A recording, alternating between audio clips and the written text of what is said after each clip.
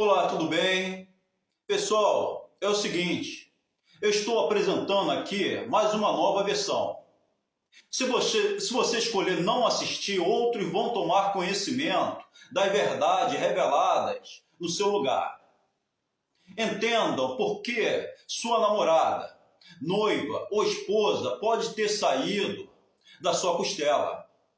Sabia também que Eva não foi a única que saiu da costela de um homem? Antes de iniciarmos com os textos bíblicos, eu quero contar uma conversa que eu tive com a minha futura esposa. Essa conversa que eu tive aconteceu por meio de uma mensagem de texto. Eu disse assim para ela: vou te revelar algo muito importante. Deus me revelou por que é que Ele lhe escolheu para ser a minha esposa. É porque você faz parte de mim, assim como Eva fazia parte de Adão. Antes de continuarmos com essa declaração, é bom esclarecer que Deus me revelou esse assunto dentro da igreja, num culto voltado para a vida sentimental. Aconteceu assim: durante uma pregação, estava sendo falado sobre como Eva tinha sido gerada da costela de Adão. Nesse momento, eu senti um incômodo na minha costela esquerda e veio à minha mente a imagem da minha futura esposa.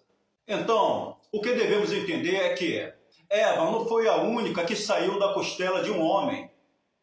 As mulheres de toda a geração masculina, a partir de Adão, foram tiradas da costela de seus maridos. Eu penso que é por esse motivo que surgiu a expressão alma gêmea.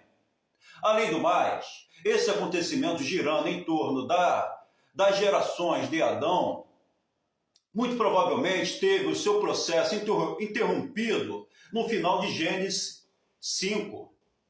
Para entendermos melhor, vamos analisar essa parte do texto de Provérbios 5, 15 e 18, que diz assim: beba das águas da sua cisterna, das águas que brotam do seu próprio poço. Entre parênteses, ventre. Seja bendita a sua fonte. Alegre-se com a esposa da sua juventude. Eva e outras mulheres foram tiradas das costelas no período da juventude de cada homem, pois Adão, com seus 100 anos de idade, ainda era jovem. Além do mais, segundo essa parte do texto de Provérbios que acabamos de ler, eu digo que, num sentido espiritual, essa fonte seria Eva, que saiu do poço de Adão. Pois em João 4,14, Jesus, ao lado do poço de Jacó, conversando com a mulher samaritana, fala da água que jorra para a vida eterna.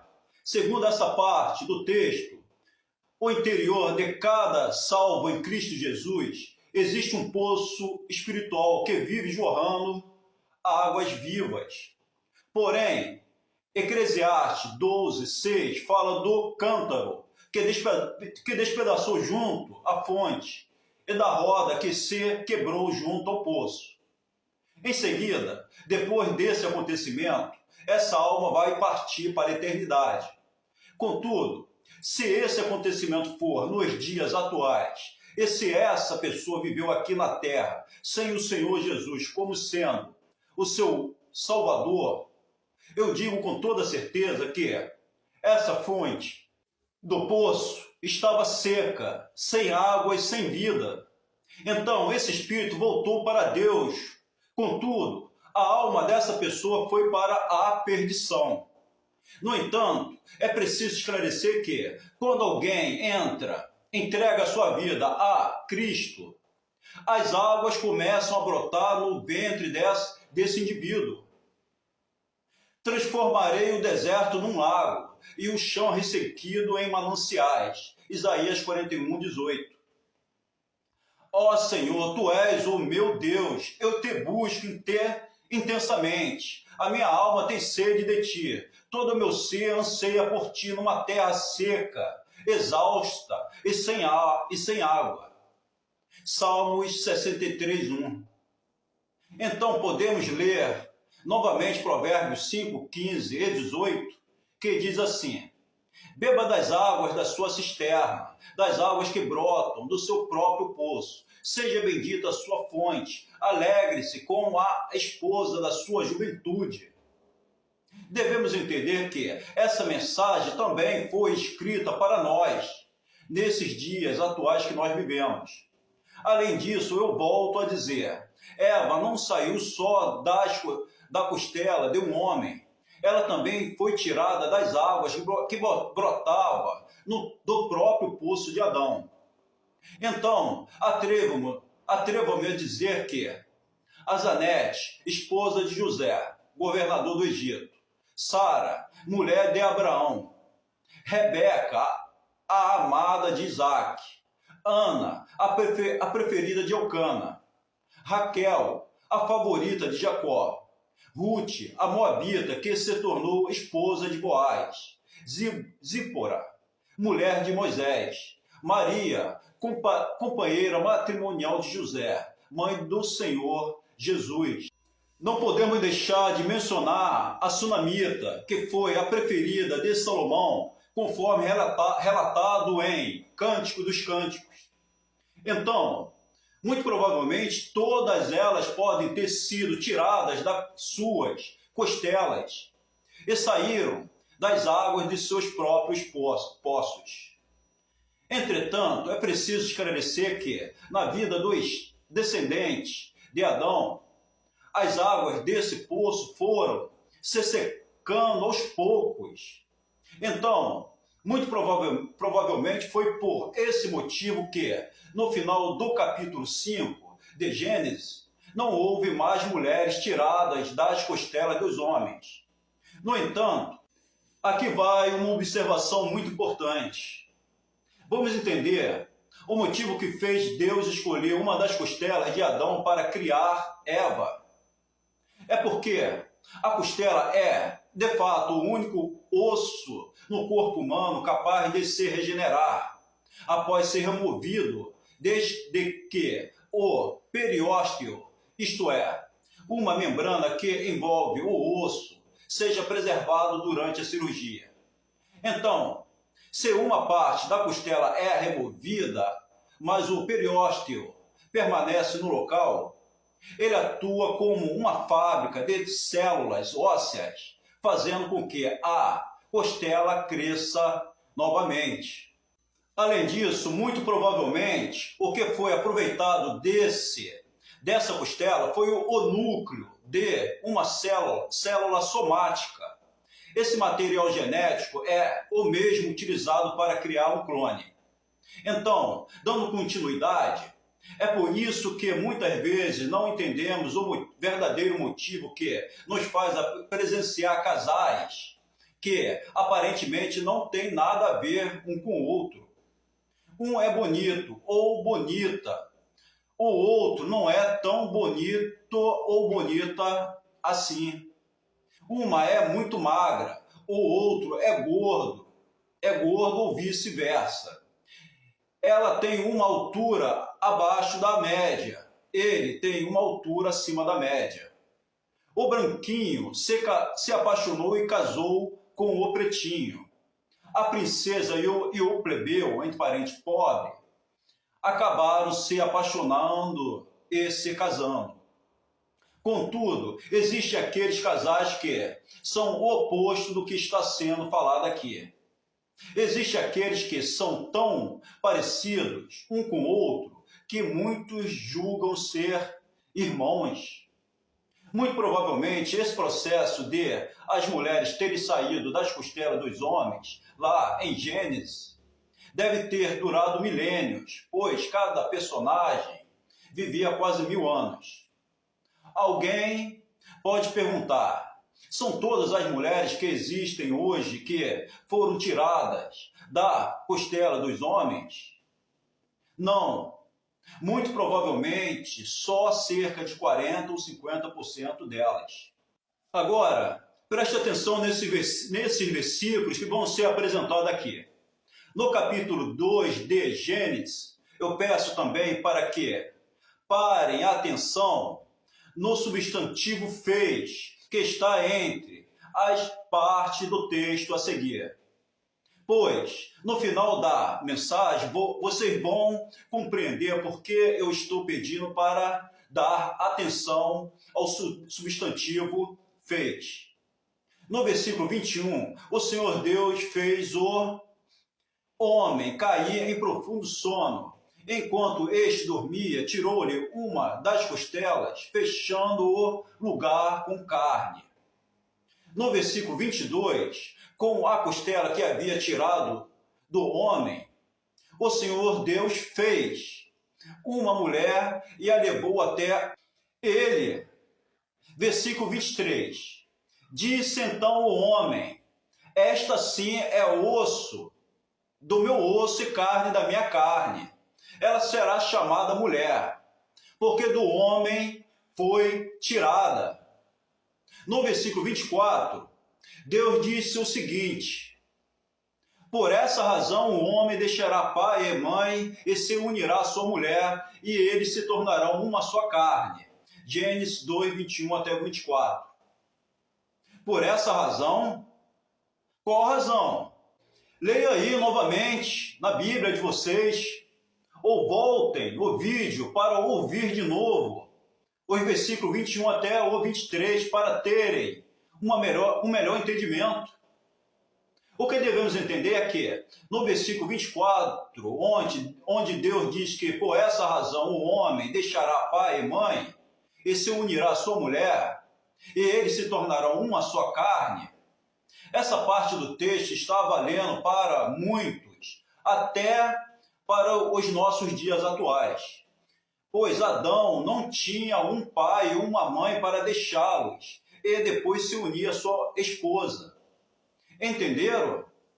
Entretanto, eu aproveito a oportunidade para fazer a cada um uma pergunta. Com quem foi que Caim se casou? Com certeza não foi com as suas irmãs ou primas, pois não tem nada nas Sagradas Escrituras falando sobre este assunto.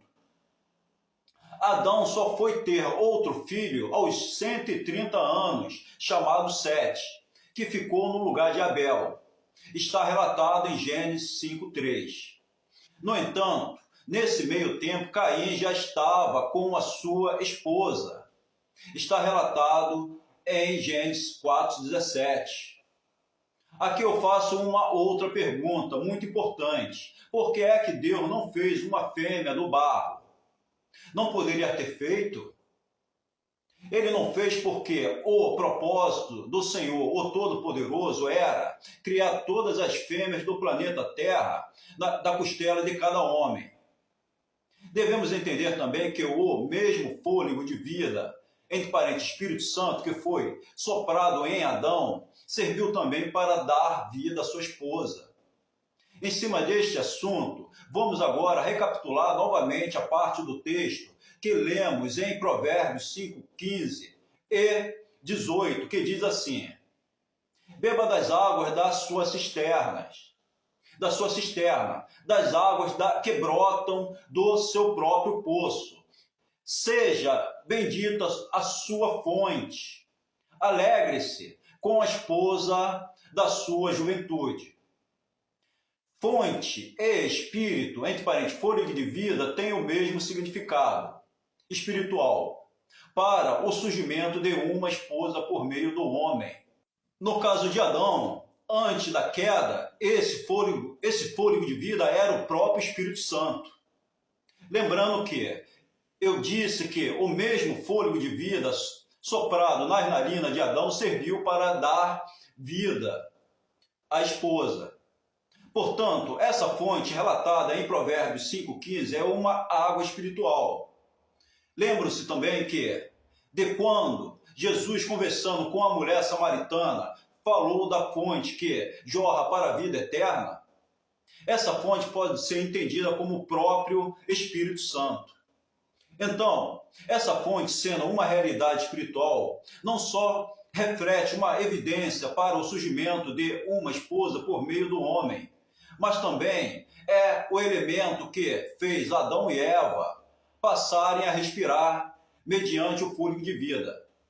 No entanto, hoje, na vida daquele que decidiu entregar sua vida a Cristo e em seguida nasceu de novo por meio de Jesus, essa fonte que antes estava seca vai passar a jorrar para a vida eterna, por intermédio do próprio Espírito Santo.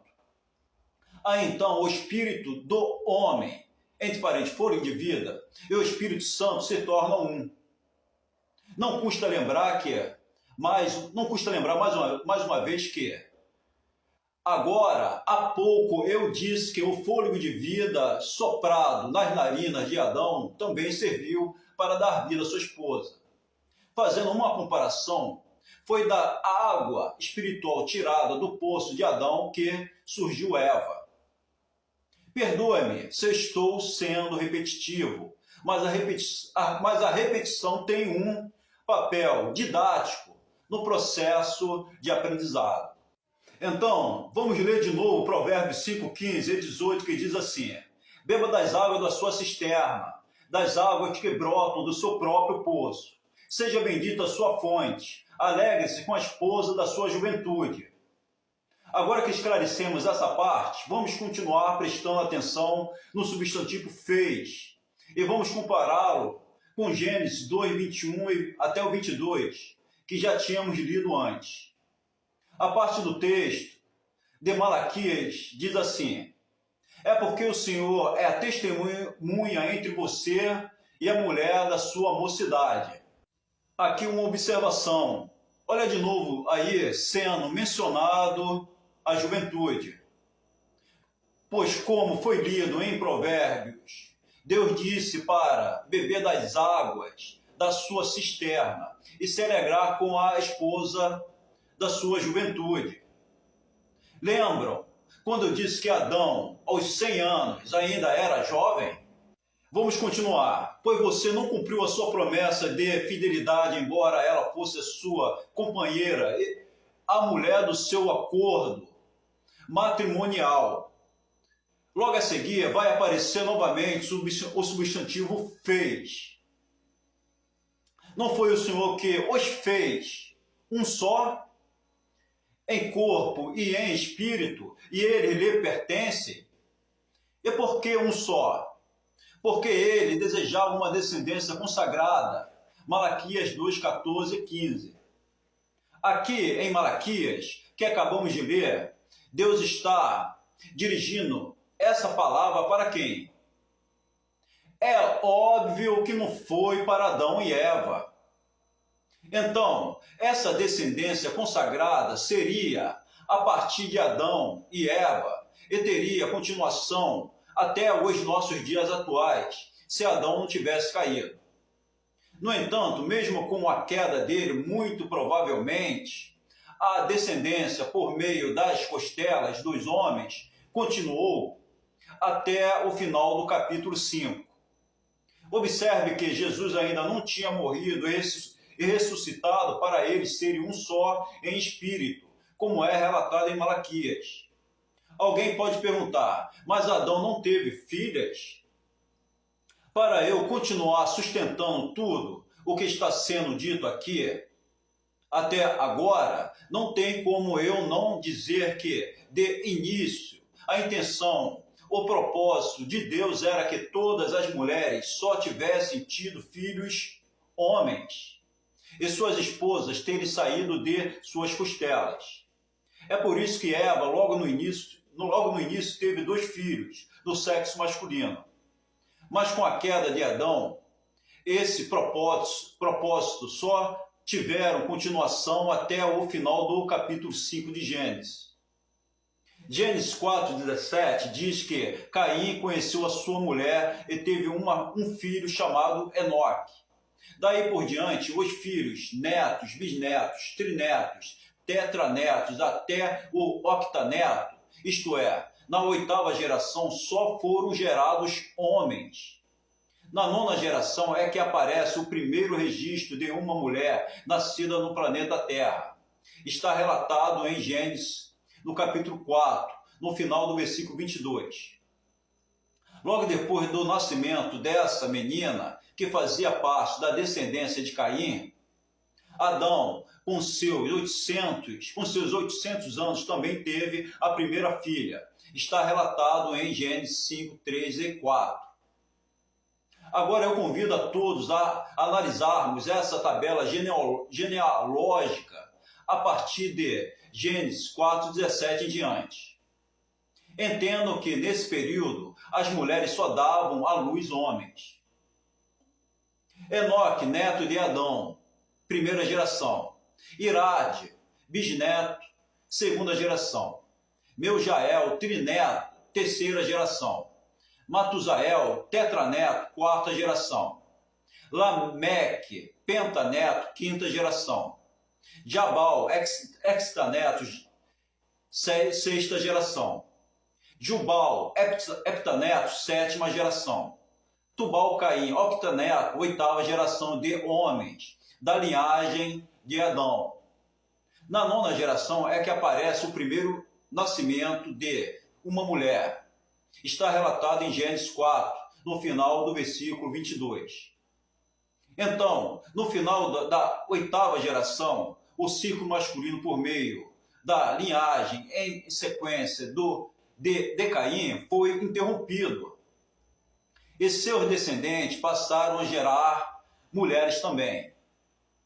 O número 8 lembra duas alianças ou dois círculos. E como está escrito em Gênesis 5:4, foi com 800 anos que Adão teve a primeira filha. Coincidência? Contudo, aqui uma observação. Em Gênesis 4:17 diz que a esposa de Caim gerou Enoque. No versículo 18 diz que Enoque gerou Irade, e Irade gerou Meujael, e este gerou Metusael, e este gerou Lameque. Então, nesse processo deve ter passado alguns milênios, já que eles viviam muitos anos, muitos séculos. No entanto, no versículo 19 diz que Lameque tomou para si duas mulheres. Alguém pode perguntar, como pode ser isso? Muito provavelmente, Lameque ficou viúvo da mulher que saiu da sua costela. E essas outras mulheres que ele tomou para si também eram viúvas. Atualmente era para todos os homens estarem casados com suas esposas tiradas de suas costelas. E todos nós vivendo eternamente. Contudo, devido à queda de Adão e Eva, a descendência santa foi interrompida. Então, para finalizarmos, eu aproveito a oportunidade para fazer a cada um uma nova pergunta. Em cima deste assunto, será que a reencarnação não existe mesmo? Se concorda, eu peço para que comece a me seguir. E aperta aí o coraçãozinho para ficar vermelho. Não se esqueçam de deixar os seus comentários. Toda a honra e toda a glória sejam dadas ao Senhor nosso Deus.